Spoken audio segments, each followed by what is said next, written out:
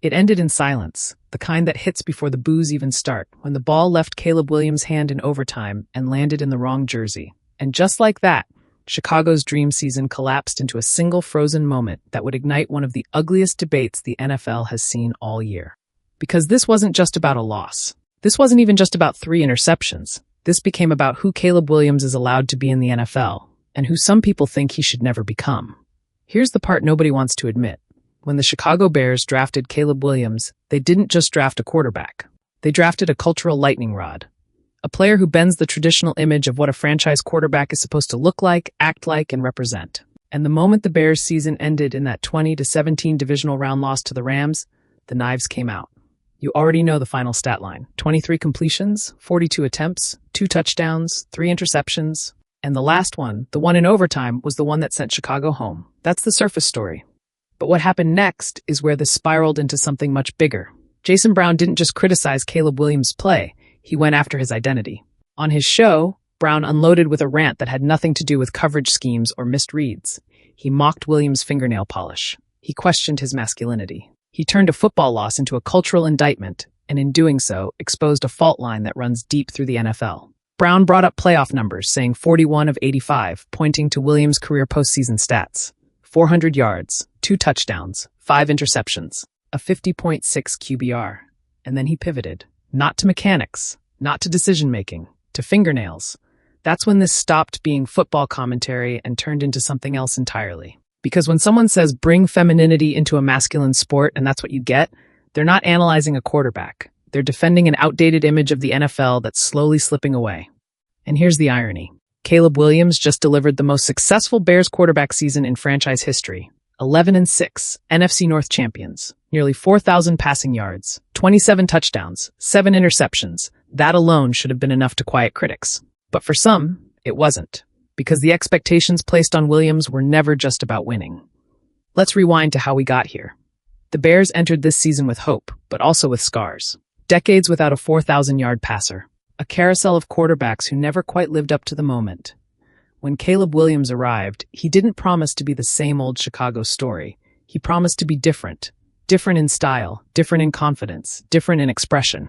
And that difference made people uncomfortable long before the first interception ever happened. Week after week, Williams carved up defenses with anticipation throws, off-platform passes, and a command of the offense that looked years beyond his experience. He led game-winning drives. He took hits and popped right back up. He showed leadership in the huddle and accountability at the podium. And still, the whispers never stopped. Was he too flashy? Too confident? Too much himself? Those questions never follow quarterbacks who fit the old mold. The stoic, square-jawed field generals who say the right things and look the right way. Williams never tried to fit that mold. And that's why this moment matters. Because when the Bears beat Green Bay in the wildcard round, throwing for 361 yards and 2 touchdowns, the narrative flipped overnight. Suddenly he was the future. Suddenly he was the savior. Suddenly his nails didn't matter. But the NFL doesn't forgive mistakes, and it certainly doesn't forgive them in January. Against the Rams, Williams pressed. You could see it. Early throws into tight windows. A rhythm that never quite settled. The Rams disguised coverages, baited him into throws, and forced him to play from behind. Yet even then, he didn't fold. With 18 seconds left, down 7, Williams found Cole Kmet for a 14-yard touchdown that tied the game. Soldier Field exploded. That's the throw people forget. That's the moment that should define resilience. Instead, overtime became the snapshot. One decision, one interception, and suddenly everything else was erased. That's how fragile the quarterback narrative is in this league. One mistake can rewrite an entire season. Jason Brown saw that opening and took it. But here's the part his rant ignored. Caleb Williams didn't lose that game alone. The Bears allowed pressure up the middle all night. The run game stalled when it mattered most. The defense gave up crucial third downs. Football is a team sport until it's time to blame the quarterback. Then it becomes personal. And that's why this hit a nerve, because criticizing performance is fair. Mocking expression is something else entirely. The NFL has always marketed toughness, but it has also evolved. Players express themselves now. Cleats are customized. Hair is dyed. Celebrations are choreographed. Yet when a quarterback steps outside the old boundaries, the reaction is louder. Caleb Williams is confident, expressive, and unapologetic. That scares people who believe leadership has a single look. But leadership isn't fingernails. Leadership is ownership.